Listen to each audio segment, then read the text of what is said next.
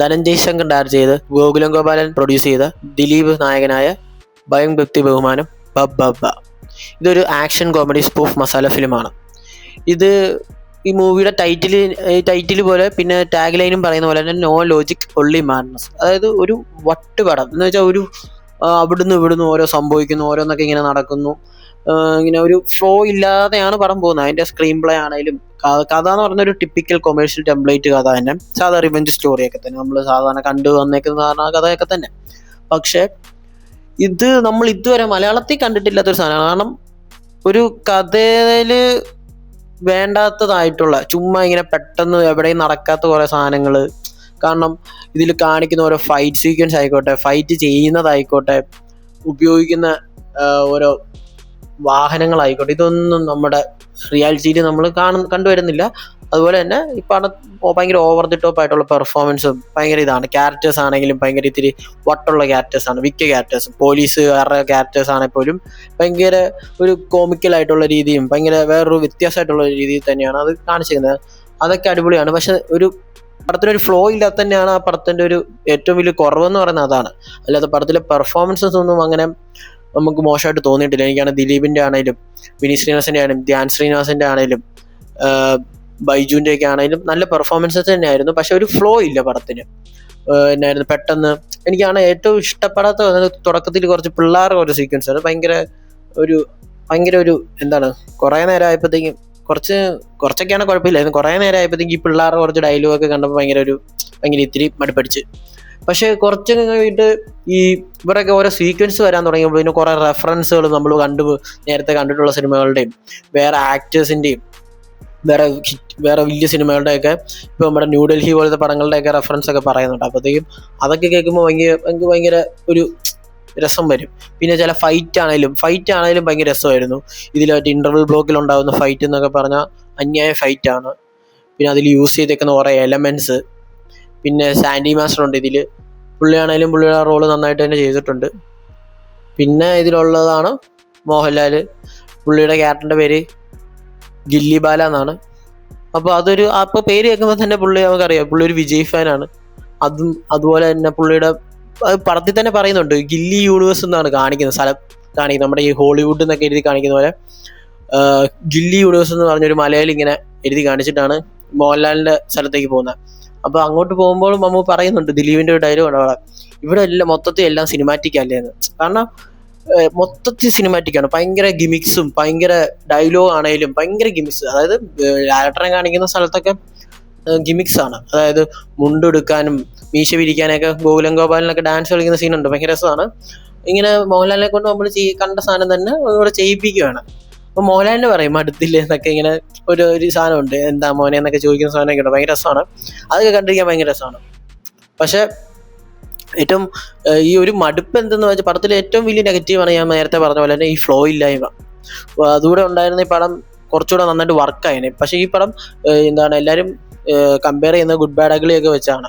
Good bad ugly ആണെങ്കിൽ ഇതുപോലെ തന്നെ ഒരു ഫ്ലോ ഇല്ലാത്തൊരു പടമാണ്. പെട്ടെന്ന് ഇങ്ങനെ ഉണ്ടാകുന്നു, ഓരോ സിറ്റുവേഷൻസ് ഉണ്ടാകുന്നു, ഓരോ ഫൈറ്റ് ഉണ്ടാകുന്നു, ഓരോന്നൊക്കെ ചറപറ നടക്കുന്ന ഒരു ഫൈറ്റ് ആണെങ്കിലും ഒക്കെ അങ്ങനെയൊക്കെ തന്നെ. പക്ഷെ ഇതിലാണെങ്കിലും കുറച്ചുകൂടെ അവർ ഈ ഒരു നമ്മുടെ ഒരു മലയാള സിനിമ എന്ന് വെച്ച് നോക്കുമ്പോഴത്തേക്ക് കുറച്ചുകൂടെ അവരൊരു സ്ക്രീൻ പ്ലേയിലും സ്ക്രിപ്റ്റിലും ഒക്കെ കുറച്ചുകൂടെ നന്നായിട്ട് വർക്ക് ചെയ്യുന്നെങ്കിൽ ഇതൊരു അടിപൊളി എൻ്റർടൈനറായി മാറിയാണ്. കാരണം അതിനുള്ള എല്ലാ സാധനവും ഈ പടത്തിലും ഉണ്ടായിരുന്നു. കാരണം ഇവരുടെ പെർഫോമൻസ് ആണെങ്കിലും ഇവരുടെ ഡയലോഗ്സ് ആണെങ്കിലും എനിക്ക് വലിയ കുഴപ്പമൊന്നും തോന്നിയില്ല. ആകെ ഈ ഫ്ലോ ഇല്ലായ്മ മാത്രമാണ് എനിക്കൊരു പ്രശ്നമായിട്ട് തോന്നിയത്. പിന്നെ ഈ പടത്തിൻ്റെ ഫൈറ്റ് ആണെങ്കിലും ഭയങ്കര രസമാണ്. പിന്നെ ഇതിൽ ഈ പടത്തിൻ്റെ ഒരു ഫ്ലാഷ് ബാക്ക് ഒക്കെ പറയുന്നുണ്ട്, അതൊക്കെ കുഴപ്പമില്ല. പക്ഷെ ഒരു ടിപ്പിക്കൽ സാധനം തന്നെയാണ്, അതാണെങ്കിലും മതി. പക്ഷെ ഇതിൻ്റെ ഒരു ഏറ്റവും വലിയ കുറവെന്ന് പറയുന്നത് ഈ ഫ്ലോ ഇല്ലായ്മയാണ് എനിക്ക് തോന്നിയിട്ടുള്ളത്. ബാക്കി പാട്ടാണെങ്കിലും ഇപ്പോൾ അഴിഞ്ഞാട്ടം എന്ന് പറഞ്ഞ പാട്ടൊക്കെ യൂട്യൂബിൽ കണ്ടപ്പോൾ ഭയങ്കര മോശമായിട്ടാണ് തോന്നിയത്. പക്ഷെ തിയേറ്ററിൽ നിന്ന് കാണുമ്പോൾ അത് നമുക്കൊരു രസം തരുന്നുണ്ട്. ലാലേട്ടനും ദിലീപും ഒക്കെ ഇന്ന് ഡാൻസ് കളിക്കുന്നത് കാണാൻ ഭയങ്കര രസമുണ്ടായിരുന്നു. അതൊക്കെ ദിലീപിൻ്റെ ക്യാരക്ടറിൻ്റെ പേരൊന്നും അങ്ങനെ പറയുന്നില്ല. അതേപോലെ തന്നെ ദിലീപ് എന്തിനാണ് ഇതൊക്കെ ചെയ്യുന്നതെന്നൊക്കെ കാണിക്കുമ്പോൾ പക്ഷെ അതൊരു ഫ്ലാഷ് ബാക്ക് ഒക്കെ ആയിട്ട് നമുക്ക് വരുമ്പോൾ നമുക്ക് ഭയങ്കര ഒരു ഇത് തോന്നില്ല, ഇമോഷണലായിട്ട് നമ്മൾ കണക്റ്റ് ആവുന്നില്ല പടത്തിൽ. അതെന്തുകൊണ്ടാണെന്ന് വെച്ചാൽ ഈ ഒരു ഫ്ലോ ഇല്ലായ്മയൊക്കെ കൊണ്ടാണെന്നാണ് എൻ്റെ ഒരു വിശ്വാസം. പടത്തിന്റെ ബാക്കി മേക്കിംഗ് ആണെങ്കിലും ഭയങ്കര രസമാണ്. ധനഞ്ജയ് ശങ്കർ നന്നായിട്ട് തന്നെ ഡയറക്റ്റ് ചെയ്തിട്ടുണ്ട്. സിനിമാറ്റോഗ്രഫി ആണെങ്കിലും നന്നായിട്ടുണ്ടായിരുന്നു. പിന്നെ ഗോപി സുന്ദർ ആണ് ഇതിന്റെ സ്കോർ ചെയ്തേക്കുന്നത്. ഗോപി സുന്ദറിന്റെ സ്കോർ എന്ന് പറയാൻ ഇപ്പൊ പുള്ളിയുടെ പ്രീവിയസ് വർക്ക് വെച്ച് നോക്കുമ്പോൾ പറയാൻ മാത്രം ഇല്ലേലും ഇതിന് അത്യാവശ്യം പുള്ളി മാക്സിമം ട്രൈ ചെയ്തിട്ടുണ്ട്, മാക്സിമം പുഷ് ചെയ്യാനായിട്ടൊക്കെ നോക്കിയിട്ടുണ്ട്. പക്ഷെ അത് ചില സ്ഥലത്തൊക്കെ ആണെങ്കിലും വർക്ക് ആയിട്ടുണ്ട്. പിന്നെ BGM എന്ന് പറഞ്ഞാലൊന്നും പറഞ്ഞിട്ടുണ്ട്. പിന്നെ പാട്ടാണെങ്കിലും ഷാൻ റഹ്മാനാണ്. അഴിഞ്ഞാട്ടം, പിന്നെ ഫ്ലാഷ് ബാക്കിൽ ഒരു സെന്റിമെന്റൽ സോങ് ഉണ്ട്. അതാണേലും കുഴപ്പമില്ല, ഒരു കേട്ടിരിക്കാനൊന്നും തോന്നുന്നില്ല. അത് പെട്ടെന്ന് പോവും. ആ പാട്ടൊക്കെ വലിയ ഗുണമൊന്നും ഇല്ല. ഷാൻ റഹ്മാനൊക്കെ എനിക്ക് തോന്നുന്നു വിനീത് ശ്രീനിവാസന്റെ സിനിമ മാത്രം പറ്റത്തുള്ളൂ. ഇതുപോലത്തെ ഒരു വലിയൊരു പടത്തിലേക്കൊക്കെ വരുമ്പോൾ പുള്ളിയെ കൊണ്ടൊന്നും എനിക്ക് തോന്നുന്നില്ല ഇനി പുൾ ഓഫ് ചെയ്യാൻ പറ്റുമെന്ന്. കാരണം ഇപ്പാണ് ജെയ്സ് ബിജോയൊക്കെ ഇത് ചെയ്തെങ്കിൽ കുറച്ചുകൂടെ പവർ ആയിട്ടുള്ള പാട്ടുകൾ വന്നേനെ, അഴിഞ്ഞാട്ടത്തെക്കാളും പൊളിച്ചേനെ. പിന്നെ ഇതൊരു സ്കൂഫടം ആയതുകൊണ്ട് തന്നെ ഈ നാറടിയുടെ സെയിം ഒരു ടൈപ്പ് പാട്ട് തന്നെയാണ് ഈ അഴിഞ്ഞാട്ടം. അതിപ്പോൾ പല വീഡിയോസൊക്കെ ഇറങ്ങുമെന്ന് നമുക്കറിയാം. ആ സെയിം ഒരു ഫോളോ ചെയ്തുള്ള ഒരു പാട്ടൊക്കെ തന്നെ അത് നമുക്കറിയാം ഇവരെല്ലാം. കാരണം എന്താ വെച്ചാൽ ആ പാട്ട് എന്തുകൊണ്ട് അങ്ങനെ ആ പാട്ട് എന്തുകൊണ്ട് നാറടി പോലെ തോന്നുന്നതെന്ന് വെച്ചാൽ ഇതിനകത്ത് മോഹൻലാലിന്റെ കൂടെ ഉള്ളവരെല്ലാം വിജയ് ഫാൻസാണ്. ദിലീപ് അതിൻ്റെ അകത്ത് അറിയാം വിജയ് ഫാൻസാണ്. അവസാനം ദിലീപ് മറ്റേ മെർസിഡി വിജയ് കൈപോക്കി കാണിക്കുന്ന പോലെ തന്നെ ദിലീപ് കാണിക്കുന്നൊക്കെ ഉണ്ട്. അത് ഭയങ്കര രസമാണ്. പിന്നെ മോഹൻലാലിന്റെ എൻട്രി തന്നെ വിജയുടെ ഗില്ലിക്കകത്ത് ഡയലോഗൊക്കെ പറഞ്ഞു, അതൊക്കെ ഭയങ്കര രസമുണ്ടായിരുന്നു. പിന്നെ ഇതിനകത്ത് റെഫറൻസസ് ഒക്കെ ആണെങ്കിലും ഭയങ്കര രസമുണ്ടല്ലോ. അത് ഓവറൊന്നും ഇല്ല. ഇങ്ങനെ ഇപ്പം വേറെ കുറെ റിവ്യൂലൊക്കെ പറഞ്ഞു ചുമ്മാ കുറെ റെഫറൻസ് ഇട്ട് മുടിപ്പിച്ച് വെച്ചേക്കുവാന്നൊക്കെ പറയുന്നുണ്ടായിരുന്നു. പക്ഷെ അങ്ങനെയൊന്നും എനിക്ക് തോന്നിയില്ല. എൻ്റെ കൂടെ ഇരുന്ന് കണ്ട ഓഡിയൻസ് ആണെങ്കിലും ആ റെഫറൻസിനൊക്കെ നന്ന കൈഡിയും അല്ലാതെ ഉള്ള സീൻസിനൊക്കെ ആണെങ്കിലും നല്ല റെസ്പോൺസ് ഉണ്ടായിരുന്നു. ആകെ ഒരു മടുപ്പ് എനിക്കാണെങ്കിലും പേഴ്സണൽ ആണെങ്കിലും എനിക്ക് തോന്നുന്നു കൂടെ കണ്ടവരുടെയൊക്കെ അഭിപ്രായം ഇതായിരിക്കും, ഒരു ഫ്ലോ ഇല്ലായ്മ. അത് തന്നെയായിരിക്കാം ഈ ഒരു ഇതുപോലത്തെ ഒരു പടത്തിൻ്റെ ഒക്കെ രീതി ഇങ്ങനെ ആയിരിക്കും എന്നാണ് എൻ്റെ ഒരു വിചാരം. പക്ഷെ മൊത്തത്തിൽ പറഞ്ഞ പടം എനിക്ക് ഇഷ്ടപ്പെട്ടു. ഒരു ഗുഡ് ബാഡ് അഗ്ലി ഒക്കെ കണ്ട പോലെയൊക്കെ തന്നെ നമുക്ക് ഇത് കണ്ട് എൻജോയ് ചെയ്യാൻ പറ്റും. കാരണം അതുപോലെ ഒരു കോമഡി ഉണ്ട്. പിന്നെ അതുപോലെ തന്നെ ഫുള്ള് എന്താണ് സാധാരണ ദിലീപിന്റെ പടത്തിലുള്ള പഴകിയ തമാശയൊന്നും ഇല്ല. പിന്നെ ദിലീപിന്റെ ഒരു കംബാക്ക് എന്നൊന്നും പറയാൻ പറ്റത്തില്ല. എന്നാലും ഒരു കൊമേഴ്ഷ്യൽ മൂവി വെച്ച് നോക്കുമ്പോഴത്തേക്കും അത്യാവശ്യം കൊള്ളാവുന്ന ഒരു പടം തന്നെയാണ്. തിയേറ്ററിൽ തന്നെ പോയിരുന്ന് കാണാൻ പറ്റുന്ന ഒരു പടം. കാരണം ഇതൊരു 1 ടൈം കാണാൻ പറ്റുന്ന പടമാണ്. ഒറ്റവട്ടം കാണാനേ പറ്റത്തുള്ളൂ, രണ്ടാമതൊന്നും ഇരുന്ന് കാണാൻ പറ്റുമെന്ന് എനിക്ക് തോന്നുന്നില്ല. പിന്നെ ഇതിൽ കാണിക്കുന്ന ഒരു സീക്വൻസ് 10-30 പോലീസ് ജീപ്പൊക്കെ ദിലീപിന്റെ പുറകെ ഇങ്ങനെ ചേസ് ചെയ്ത് ഫൈറ്റ് ഒക്കെ ഉണ്ട്. 100-150 പോലീസുകാർ ദിലീപും